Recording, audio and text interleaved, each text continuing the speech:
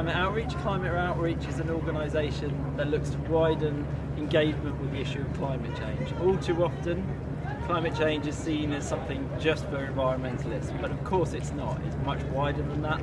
But often the stories, the way climate change is portrayed, seems to only attract the interest of a certain minority, and we need to do much better engaging others on it. So we're here at COP22 helping people understand particularly what images around climate change and such meetings are useful, and those ones that maybe are quite problematic and just keep the issue quite small. So we've all seen images of polar bears, and they're very attractive to some people, but they don't necessarily fulfill the whole issues of climate change, how it's impacting on people's lives in different parts of the world, in Europe, in Africa and around. So we've been looking at the different iconography and understanding how that can change and be more relevant to a wider group of people.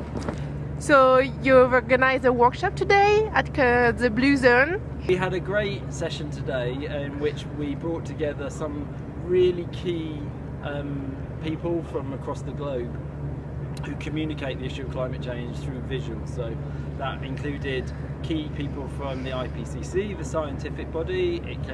There were key people from the UNFCCC who put this great big event on every year, but also campaigners and academics trying to absorb our understanding and analysis of which climate images are useful, which are the ones that are overused at COPs, and then how we can transform that visual language to be more engaging for a wider group. And in our analysis we saw that there was time and time again just two types of images that came out from COP last year at Paris. Despite all the positive stories, the agreements and everything else that went on, there were only two types of images. One was politicians sitting around talking, and one was demonstrators doing orchestrated demonstrations. And whilst both of these are important, they don't really put across the whole climate change story effectively to the world, who at this moment in time tend to focus on climate change. The COPs provide that opportunity to paint a new visual story to allow people who don't really get climate change to understand why all these people come to Morocco or Paris to talk about climate change.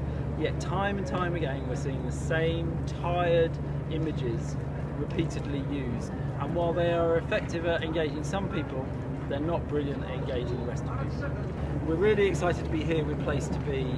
We had a great experience last year. Place to Be is a wonderful example of how different stories can come out from different sides of the communities, from the media, from different people involved, and is a real example of how our concept of widening engagement can happen in reality.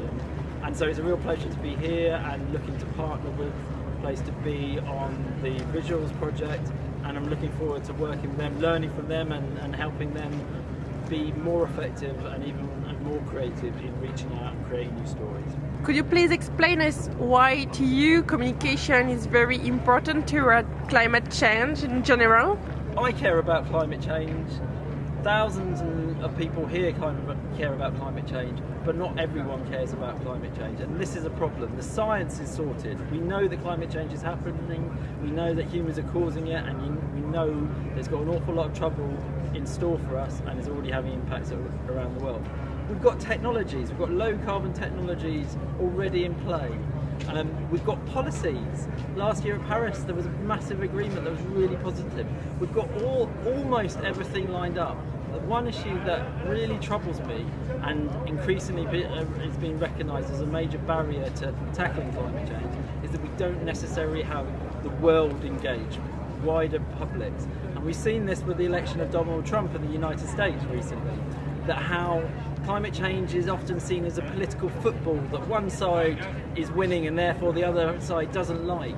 And there we see Trump coming in and potentially causing an awful lot of problems for climate change agreements. If we can make climate change an issue that the majority of the world care about, that get behind, they can disagree over the solutions and exactly what needs to happen. And this is the place to have that. But what we need is wider engagement, and that's what we're all about. Thank you so much, Jamie.